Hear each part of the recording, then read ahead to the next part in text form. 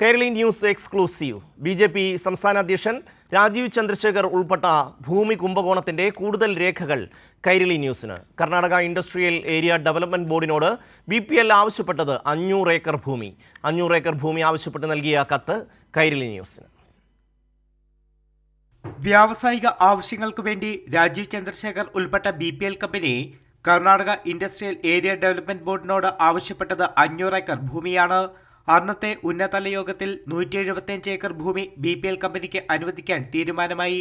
ഇതിന്റെ രേഖകളാണ് കൈരളി ന്യൂസ് പുറത്തുവിട്ടത്.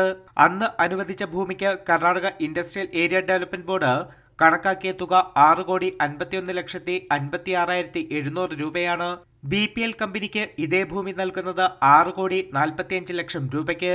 പാട്ടത്തിന് നൽകിയ ഈ ഭൂമിയാണ് പിന്നീട് BPL കമ്പനി മറിച്ചുവിറ്റത്.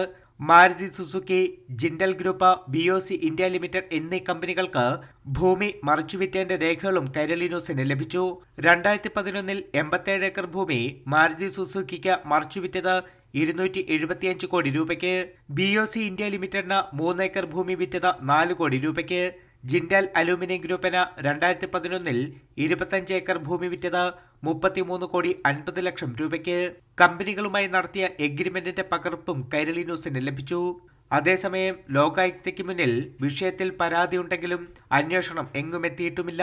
60 കർഷകരിൽ നിന്നായിരുന്നു തുച്ഛമായ വിലയ്ക്ക് ഭൂമി സമാഹരിച്ച് BPL ഗ്രൂപ്പിന് Karnataka industrial area development board നൽകിയത്. കൈരളി ന്യൂസ്, ദില്ലി.